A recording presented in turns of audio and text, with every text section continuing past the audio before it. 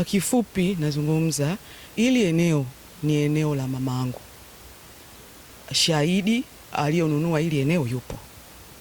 Na mpaka kufika hapa tulipofikia ni kwamba yule mjomba wangu mimi, mdogo wake mamangu, alikataa kutoka kisheria. Si kwamba eti sikufanya kisheria haya mambo, nimefanya kisheria, nimefuata taratibu zote kuanzia ngazi ya familia. Nikaenda serikali ya mtaa, nikaenda kata, nikaenda kwa mkuu wa wilaya. Barua hii hapa. Akaambiwa aondoke kwenye eneo kwa hiari. Ina maana mazungumzo haya yalianza kifamilia kwa kumuita kwamba mjomba, umekaa kwenye hilo eneo ndio kwa muda mrefu, unataka tukufanyie nini? Sasa wenyewe eneo tunataka, tulitegemea yeye angesema mnifanyie hiki, mnifanyie hiki, au hata mniache nikae. Lakini yeye alichotuambia, eneo hili mama yenu ameniuzia. Mama yetu kakuuzia? Ndio. Shahidi aliyekuwa kwenye mauziano kati yako wewe na mamangu yupo? Hayupo. Tunaomba karatasi ya maandishi ndio kuwa mmepeana. Hana. Mama yupo. Mama aliitwa kwa mkuu wa wilaya kwenda kuthibitisha kama kweli alimuuzia mjomba. Akasema mimi sijamuuzia, mimi sijampa, na ninamuomba anipishe kwenye eneo langu. Hilo eneo nilinunua kwa ajili ya watoto wangu, nilimwambia. Sasa watoto wangu wamekuwa, wanataka wenyewe kujiendeleza. Tulikumuomba kiutaratibu tu atupishe, yeye ndo akakataa, na ndio maana maamuzi akafanyika atoke. Kwa hiyo yeye amekaidi kwenye kutoka. Kwanza alipewa hadi zile mnaita nini, kipindi cha kutoka, akakaidi kutoka.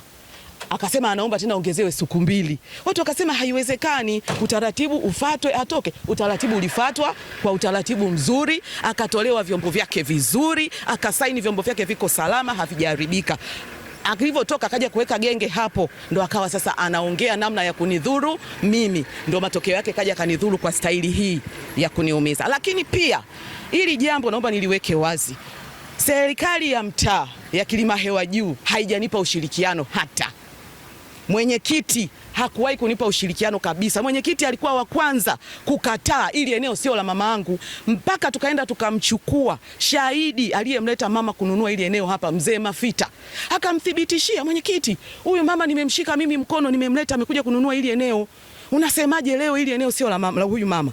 Ndio Mafita, yani kama unasema wewe mzee, nimeamini kwa sababu ili eneo ni kweli lilikuwa tunajua la yule baba kwa sababu amekaa muda mrefu. Akasema hapana, yule baba aliwekwa kama mtu wa kuliangalia. Ni kweli alikaa kwa muda mrefu, lakini kulikuwa kuna namna tunamuomba kwamba unataka tukufanyie nini utoke. Yeye akawa hataki kusema. Na nyumba alijenga nani?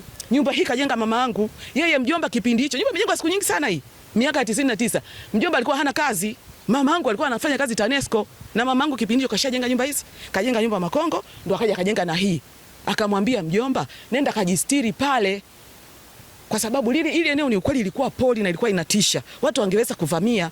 Kwa hiyo ni yeye amekosa hekima yake kwamba alitakiwa atumie busara. Lakini kitendo cha kusema eneo ameuziwa, kitendo cha kusema eneo amepewa na ameshindwa kuthibitisha kwa document, tunafanya nini? Sasa yeye matokeo yake kaenda kujiunga na ndugu zake, wanataka kunikomesha mimi. Naona. Halafu pia basi tulivyotoka kwa mkuu wa wilaya, aliambiwa atoke. Alitakiwa basi yeye aende akafungue kesi, mimi niitwe. Mbona alipewa kipindi kirefu? Hakufanya. Kumbe ndo anasuka sasa hapo mipango ya kutaka kunidhuru mimi. Na hakika humu ndani angeniua. Aliyekuja kuniokoa ni huyu kameramani wako. Akaingia ndani kutaka kunioji, nikamwambiaje? Mimi hapa haunioji, cha kwanza niitie polisi. Hawa watu wananiua. Akasema ni kweli dada, ukitoka nje hawa watu wanakuua. Kwa hiyo mwenyekiti wa serikali ya mtaa, mtendaji, mjumbe hawajanipa ushirikiano kabisa, na wao ndio walikuwa wanampa sapoti mjomba, ndio waliokuwa wanamwambia we jenga, endelea kufanya uendelezi humo ndani. Yani walikuwa wanampa nguvu kwa sababu eti amekaa muda mrefu. Hiyo sio sababu. Alafu walikaligeuza ili eneo wanaliita eneo la familia. Unasemaje eneo la familia, eneo limenunuliwa na mtu mmoja? Ndio hicho kitu ambacho tukaenda kwa mwenyekiti wa serikali ya mitaa, mamangu akajitambulisha, akamwandikia hii document. Hilo eneo sio la familia, eneo la kwangu. Na kwa sasa hivi maeneo yangu yote nimeshagawa kwa watoto wangu. Hilo eneo hapo juu nimempa huyo Christina. Kisheria document hizi hapa. Hawataki kusikia habari ya sheria. Wenyewe wanataka habari ya maneno.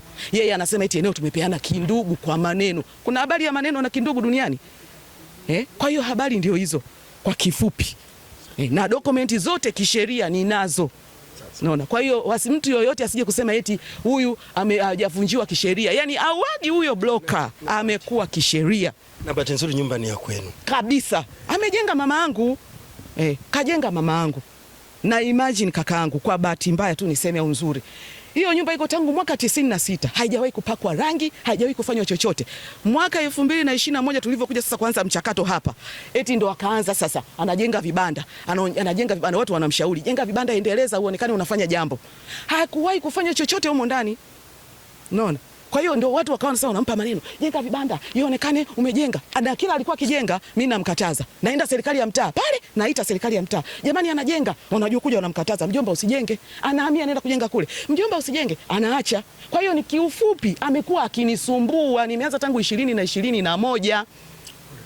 Umenielewa? Na ni kwa sababu kwenye familia yetu tuko wanawake watupu. Kwa hiyo yeye ndo amechukulia hiyo advantage. Na kwa bahati mbaya zaidi, familia ya mamangu yote imeungana kumkana mamangu. Wamenithibitishia mpaka hapa jana walivyokuja kuweka kikundi kunivamia mimi. Familia ya mama wamemkana mamangu. Walikusanyana kikundi, ndio walikuwa wamekaa hapo.